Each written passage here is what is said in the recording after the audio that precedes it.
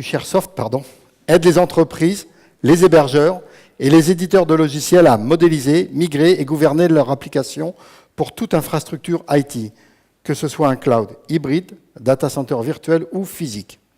Créé en 2008, Ushare-Soft travaille aujourd'hui avec des clients et des partenaires partout dans le monde et a des bureaux en France, en Amérique du Nord, en Argentine et au Japon.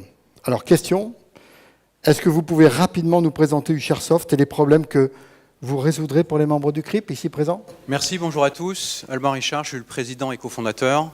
Effectivement, on n'est pas très connu en France. On était visible avec une annonce qu'on a fait avec Cisco au début de l'année qui s'appelle Plug to Watt, qu'on a sorti entre Ushare-Soft, Cisco et CloudWatt. Et officiellement, on va être ouvert en self-service à la fin de la semaine.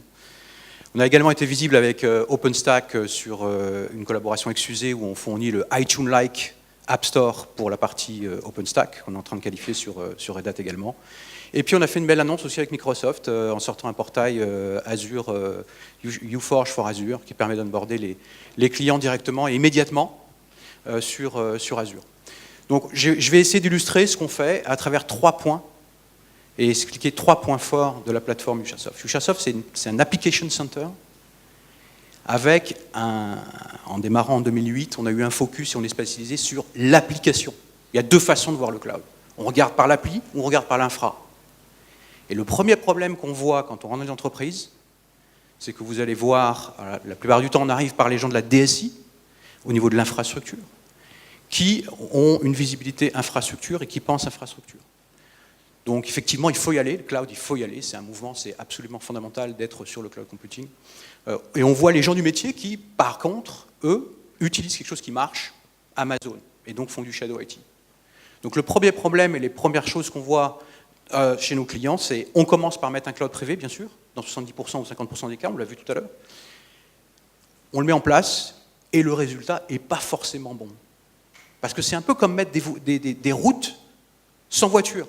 On met une infra, on met un OS, l'OS n'est pas forcément maintenu à jour, il n'y a pas d'outils qui permettent immédiatement aux gens des métiers de faire l'adoption du cloud. Donc le premier problème qu'on résout, c'est de faire le onboarding, l'adoption, la gestion des OS multi-cloud, parce qu'on est très fortement multi-cloud et hybride sur tout ce qu'on fait. Nativement, la plateforme, elle est pensée multi-cloud.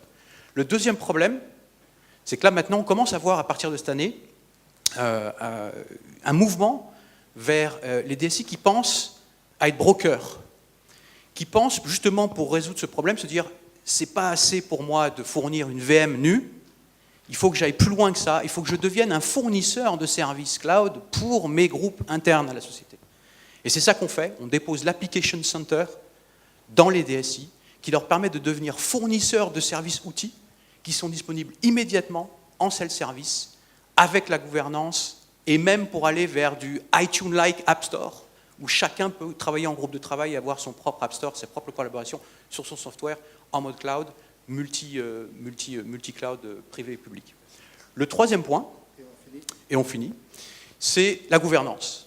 Vous avez beaucoup de sociétés dans le cloud computing. On commence à être reconnu par Gartner et Fortinet. Vous m'avez coupé le son? Non. Excusez-moi pour le temps.